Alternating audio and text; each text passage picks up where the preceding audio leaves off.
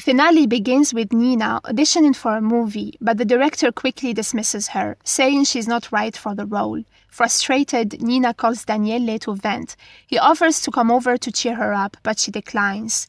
Meanwhile, Angelica shares exciting news with Daniele. Roberto loved his poems and wants to publish them. Overjoyed, Daniele apologizes to Angelica for his past behavior. She opens up about her own struggles, explaining that a brief, failed relationship left her wary of men. Daniele then confesses that he's been drinking and taking sedatives because of the custody hearing for his daughter Maria the next day. He's terrified he might lose the chance to see her. Moved by his vulnerability, Angelica suggests they try to reconnect, and they share a hug.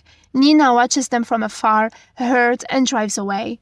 The next day, in court, the judge rules to appoint a psychologist to assess the custody situation. Nina reacts poorly and causes a scene. Later at home, Nina dresses up and sings loudly, despite her mother warning that Maria is asleep. Determined to have fun, Nina goes out. She later sends Daniele a video from a nightclub, congratulating him on being able to see Maria again, but ominously warns that she is keeping an eye on him. That night, Nina's mom calls Daniele in a panic. Nina is missing, her phone is off, and she hasn't returned. Desperate, Daniele rushes to the nightclub, asking around, but no one has seen her. Daniele eventually finds Nina in the ER. She is in bad shape after a heart attack caused by a drug overdose.